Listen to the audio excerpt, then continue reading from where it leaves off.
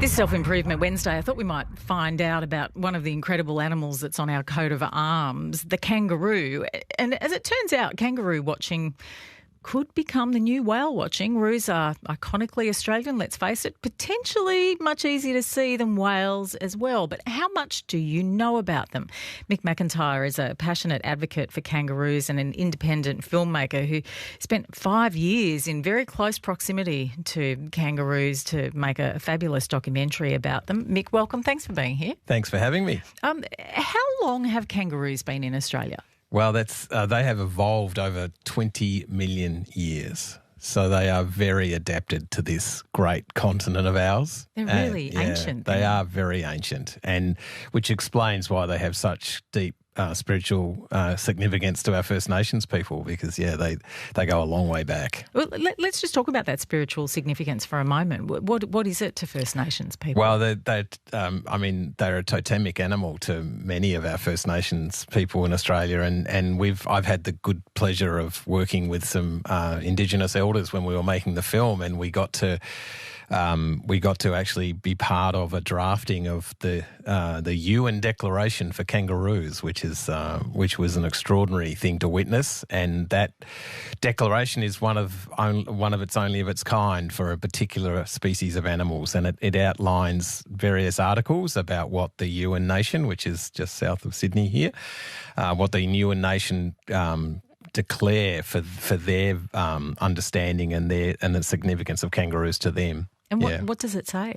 There's 8 articles. Right. We don't have to go through all of them. No, just how important the kangaroo is to the UN nation and just, what it means to this landscape. I mean, I think that's one of the things that we don't really talk about, how the value of kangaroos to this landscape. Because they've evolved and they are a part of the ecology here. What is the value of kangaroos to we've talked about the spiritual value. I mean, they have an ecological value for sure. I mean, they are part of a biosphere in Australia that is a whole, if you like, and so and I think that's not really talked about, how important it is for kangaroos to be on the landscape, whether it be how they spread seeds or how their footprints are used for water reservoirs, how they are prey for predators. I mean, there's a whole range of values that kangaroos bring to this landscape that isn't talked about. How many different types of kangaroos are there in Australia? Yeah, there are over 70 species of kangaroos and wallabies, or macropods as they're known botanically.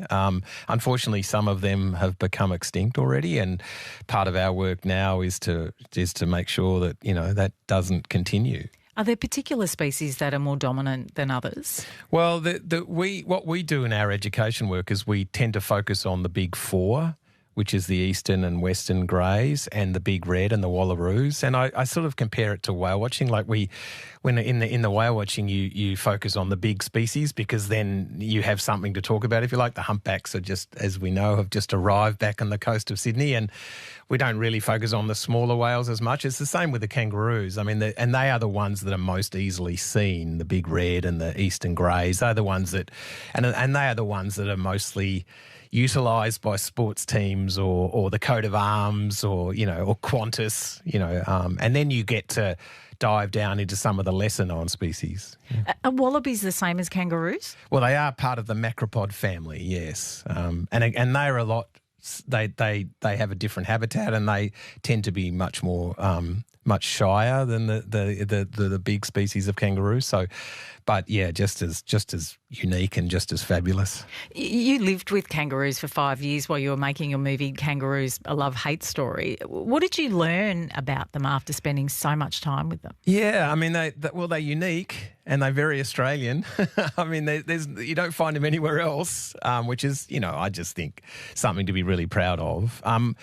I think what I learnt most is just how much they live in family groups. What's cool about kangaroos is that it's one of our only native animals that we can watch in families.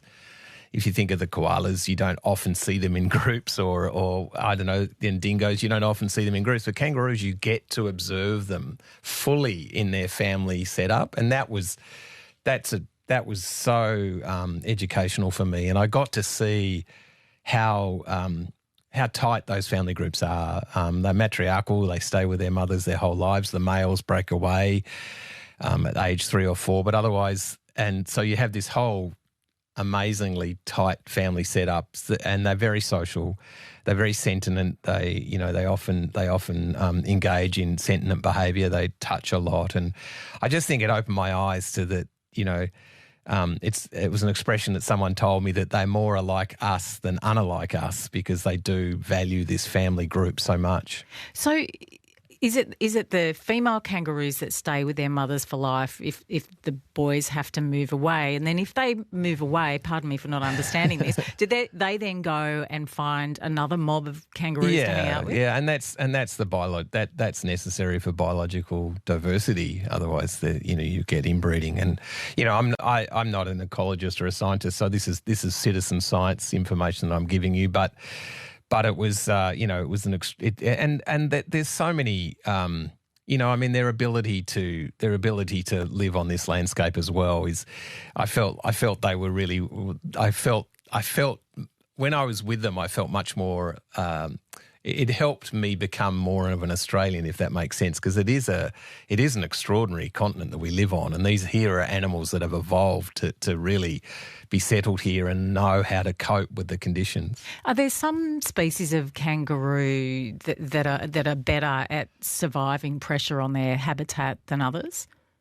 Oh, no, I think they're all very fragile to habitat loss. I mean, that's the thing. I mean, we are, as I said, we've already lost a number of kangaroo species, and unfortunately it doesn't look good for most of the kangaroo species, despite what we're told. I mean, it is the other thing I learnt making the film was that they are a misunderstood animal, because I grew up with all sorts of stories and narrative about where they belong in modern day Australia, and I learnt making the film that some of that isn't quite what I experienced making the film. So I think they're misunderstood. I think their place in modern Australia is something that we need to really talk about, because obviously there's issues with how they live out in the bush, and how they how landholders can see them as an issue to be dealt with, and I don't think we're having these conversations as a society, because I don't think anyone wants to see them continue on this road of extinction, which a lot of them have been.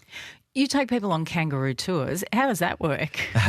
Yeah, well, I was lucky enough to make a film about whales as well, so I got to see how effective whale watching was, and it was sort of a tweak when we were out there in the bush going. And then, of course, making a film, you do a lot of research, and we researched that over 70% of international tourists want a wildlife experience. And they probably want to see a kangaroo. That's a staggering number, right? And when we were making the film, we were surprised that we couldn't do that easily. There wasn't a lot of opportunity to have a wild kangaroo experience. And so we just started filtering information out, and sure enough, there were people that were willing to introduce very small community groups to go out and observe their local kangaroo mobs. And it's grown from there, and it's surprise, surprise, people love it because they get to learn about kangaroos, and they get to learn about their local community mob, and then that's grown to being able to bring tourists on. And much like whale watching, it's something that, people want. And Tourism Australia has identified that wildlife tourism is the next big thing in Australia. Are you optimistic that the rise in ecotourism may help stop our horrendous extinction rate in Australia? No doubt. And we better hurry up. I mean, absolutely, no doubt. And as I said, that wildlife tourism has been identified as one of the big growth areas of tourism in Australia, and absolutely, and we, after the film, my partner and I set up an organisation called Kangaroos Alive to continue this work that we had discovered on the film, and part of our work at Kangaroos Alive is to continue to raise awareness about kangaroos and educate the public, and yeah, so the kangaroo watching fits in there really nicely, and it's a no-brainer. People want to go out and experience wild animals in the wild. I mean, you look around the world, you can see how the African safari is so popular. You've seen how whale watching grows, and yeah, we can see that, people want this wildlife experience. And we're so lucky in Australia. Like, oh my God, it's like we really, we're happy to see them on the coat of arms and the plane of Qantas and stuff. But do we really understand how lucky we are in this country to have this wildlife? We are just so blessed. Hopefully more people will get out and see it. Mick, thank you so much for coming in. Thanks for your time. Thanks for having me. That's Mick McIntyre there with Self Improvement Wednesday.